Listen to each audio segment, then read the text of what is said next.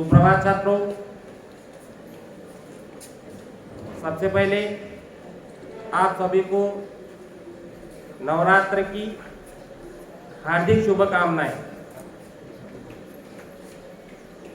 माता की नवरात्र का जागरण का यह तीसरा दिन है और आज उनके चरणों में मेरे कुछ जो शब्द है उनके लिए समर्पित है कि जिसके माध्यम से हमें जो नारी सम्मान के प्रति जो हमारा समर्पण की जो भावना होनी चाहिए कि जिसके इर्द गिर्द हमारा जीवन जुड़ा हुआ रहता है, उनके बगैर हम हमारे जीवन की कल्पना ही नहीं कर सकते हैं। ऐसी हमारे जीवन का जो अभिन्न अंग है,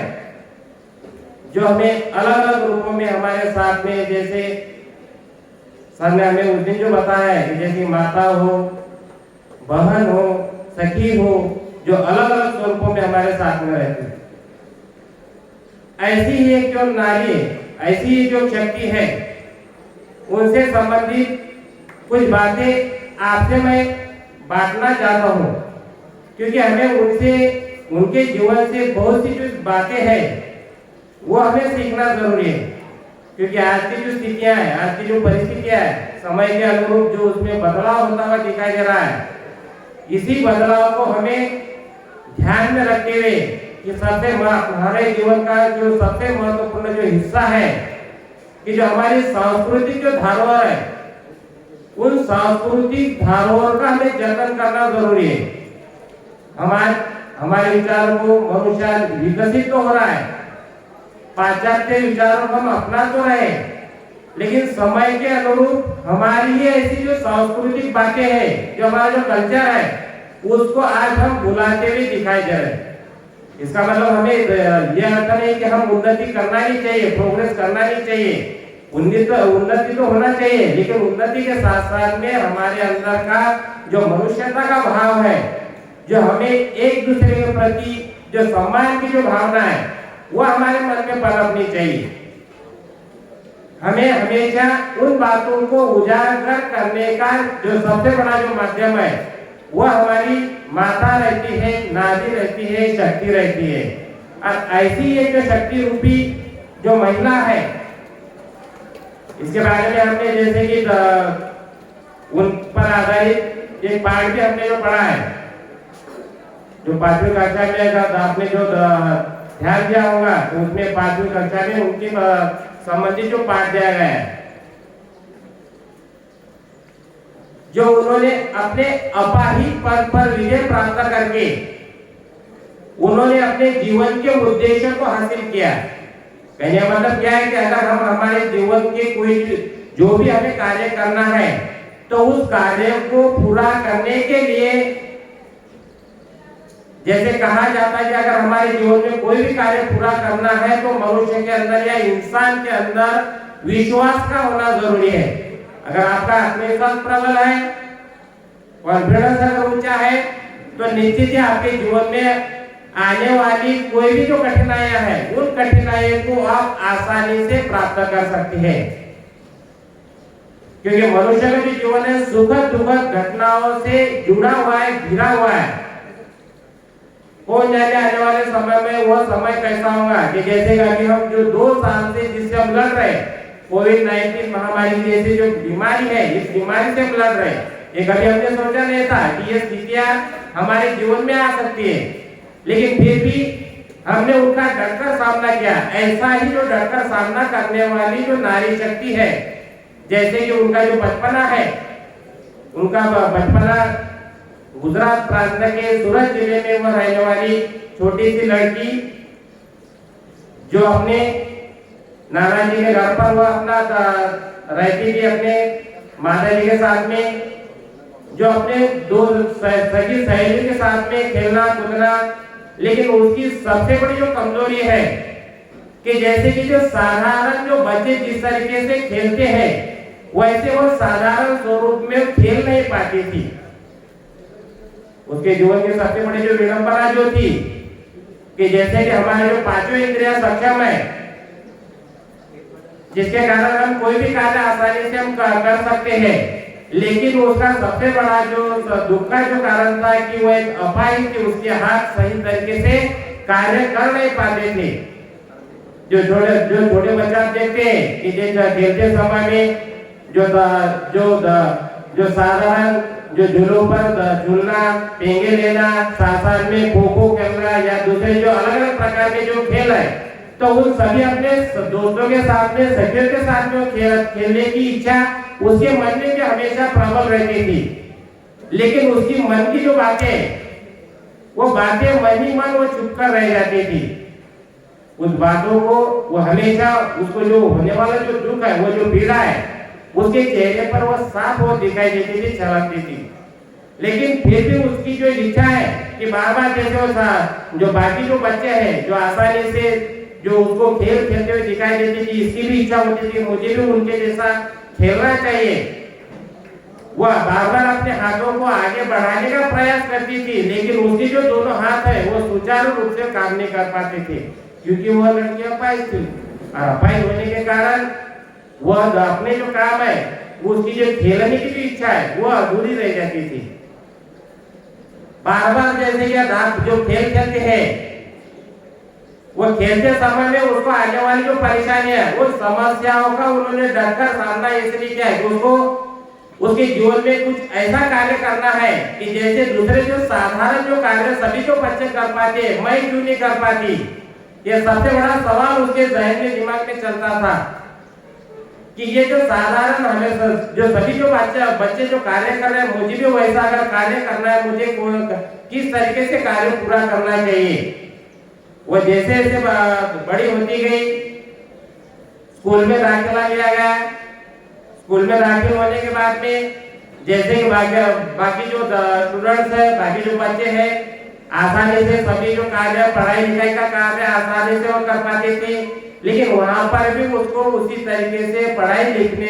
लिखाई का काम करने में बहुत सारी दिक्कतों का सामना करना पड़ता था। उसको बार बार ये सारी जो कठिनाइयां है, वो कठिनाइयों को उसको झेलना पड़ रहा था, और इसी के वजह से उसके मन को बार बार वो दुख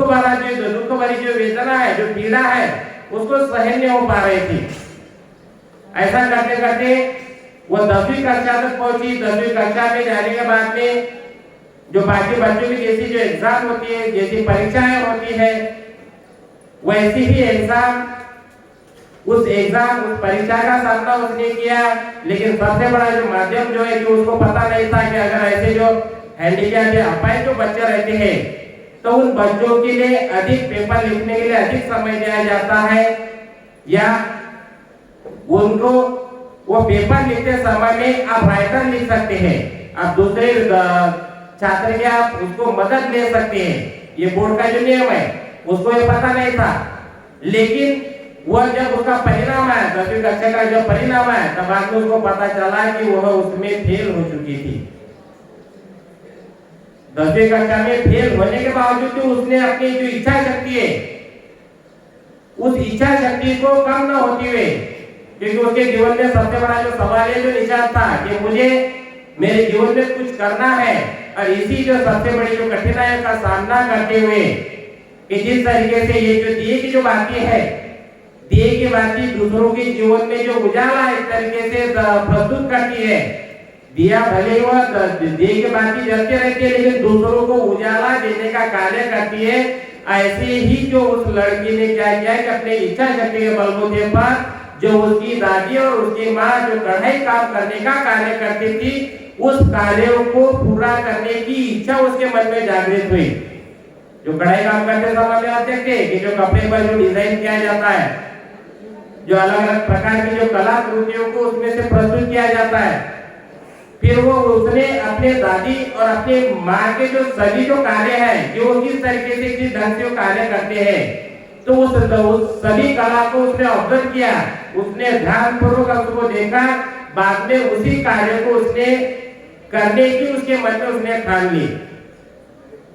पहले तो उसके दोनों हाथ अच्छी तरीके से कार्य कर नहीं पा रहे थे, लेकिन दोनों हाथ कार्य कर नहीं पा रहे थे, फिर भी उसके मन में ये इच्छा जागृत हुई, और वो भी सबसे बड़ी जो कला है, जो आर्ट है कि वो कपड़ों पर डिजाइन निकालना, कढ़ाई काम करना। फिर दूसरी यही जो कार्य है कि अपने दोनों हाथ सक्षम न होते हुए उसने अपने दोनों पैरों के जो अंगूठे हैं उस एक अंगूठे में सुई पकड़कर दूसरे अंगूठे से उसने वो धागा पिरोना उसने सीखा। अब इसमें से हम अंदाजा लगा सकते हैं, आप कल्पना भी नहीं कर सकते कि ऐसी जो हैंडीकैप अपाहिज जो लड़की है कि उसको क्या जरूरत थी कि इतना कार्य है कि अगर हो सकता है कि अगर हम देखते हैं रोजमर्रा के जीवन में कि ऐसे बहुत से जो अपाहिज जो बच्चे हैं या कौन से वो कार्य करते हुए दिखाई देते हैं कि बस चालक हो या रेलवे स्टेशन हो तो वहां पर सीधा भीख मांगते हुए दिखाई देते, उसके पास में दूसरा मार्ग ही बचाव नहीं था। लेकिन उसने ऐसा न करते हुए अपने उस अधूरेपन को भुलाकर उस अपाहिज पद पर विजय प्राप्त करने के लिए उसके मन में जो उसकी जो इच्छा शक्ति थी, जो उसका आत्मविश्वास था, उसने अपने पैरों के माध्यम से उस सुई में उस धागा पिरोने का कार्य किया। और उतना ही नहीं, खाली धागा पिरोने का कार्य नहीं, तो उसके जिस तरीके से हम अपने जीवन में हमारे जो दैनिक जो कार्य करते हैं वह सारे कार्य वह अपने दोनों पैरों से करते उसमें से दिखाई देने लगी। फिर ये जो सभी जो कार्य वह अपना खुद के काम खुद करने लगी और यह सारा देखने के बाद में उसके जो परिवार के जो सदस्य है वह भी आश्चर्यचकित रहते उसमें से दिखाई दी। वह किसी की मदद न लेते हुए खुद के काम करने लगे और धीरे धीरे वह अपने गांव से लेकर शहर को, फिर शहरों में जो उन्होंने कढ़ाई काम किए हुए जो उनकी जो जैसे कि अपना जो भारत देश है, भारत देश पहली हस्तकला में पूरी दुनिया में प्रसिद्ध फेमस है। ऐसे ही कढ़ाई काम करने के जो उनके जो जैसे एग्जीबिशन लगाए जाते थे वैसा ही जो प्रदर्शनी है, जो एग्जीबिशन है, जो उस लड़के के द्वारा निकाले गए बनाए गए जो डिजाइन है, जो चित्रकारिता वो वहां पर उन लोगों का एग्जीबिशन लगने के बाद में जो लोगों ने उसको सराहा चाहा और वह धीरे धीरे अपने कार्य में इस तरीके से प्रसिद्ध होते हुए फेमस होते हुए दिखाई दी। उसके ऊपर हम सोच सकते हैं कि जो एक अपाहिज हैंडीकैप जो लड़की है, दोनों हाथ अच्छी तरीके से काम नहीं कर पाते, लेकिन आज उसका जो नाम है आज विश्व भर में एक मशहूर ड्रेस डिजाइनर के नाम से वह लड़कियां फेमस है, प्रसिद्ध है। जिस लड़की का नाम भी आपको पता होगा, क्या नाम है उस लड़की का नाम? बराबर है, वेरी गुड। उस लड़की का नाम है इला सचानी, जो गुजरात के रहने वाले जो साधारण घर में जन्म ली हुई जो लड़की थी, क्या उसकी प्रबल इच्छा शक्ति के बलबूते पर आज उन्होंने पूरी दुनिया में एक मुकाम उन्होंने प्रस्तावित किया, स्थापित किया। हमें उसके जीवन से जो सीख है, जो संदेश लेने का समय जो आ गया है, वो तो आप बहुत सभी जो बच्चे की खुश नसीब है, आपको आपके परिवार के सभी सदस्य आपको हर एक चीज आपको प्रोवाइड करते हैं, आपको लाकर देते। फिर हमारा भी उनके प्रति हमारा उत्तरदायित्व, हमारी जिम्मेदारी है, कम से कम हमारे लिए तो हम अपने घर परिवार के प्रति उनकी इच्छा शक्तियों को पूरा करने की कोशिश करनी चाहिए। और इस नारी पर्व या नवरात्रि के त्योहारों के माध्यम से जो हर दिन आपको ये सारी जो बातें सिखलाई जाती है, तो उनसे हमें सीख लेनी चाहिए कि हमें हमारे जीवन की जो मंजिल है उस मंजिल तक अगर पहुंचना है, अगर इला सचानी जैसी अगर वह जो अपाहिज लड़की अगर वह उसके जीवन में सक्सेसफुल हो सकती है, यशस्वी एक महिला हो सकती है, तो हम क्यों नहीं कर पाते? तो हमें इसी इच्छा शक्ति को हमें क्या करना है, हमारे मन में एक दिए की बाती के समान जलाना है और उसी बाती को हम जलाते हुए अपने हार्डवर्क परिश्रम करने की हमारे उस अलग को हमेशा कायम रखते हुए आगे बढ़ने का प्रयास करना है। इन्हीं शब्दों के माध्यम से मैं यहाँ पर मेरे जो 2 शब्द है यहाँ पर मैं समाप्त करता हूँ। धन्यवाद।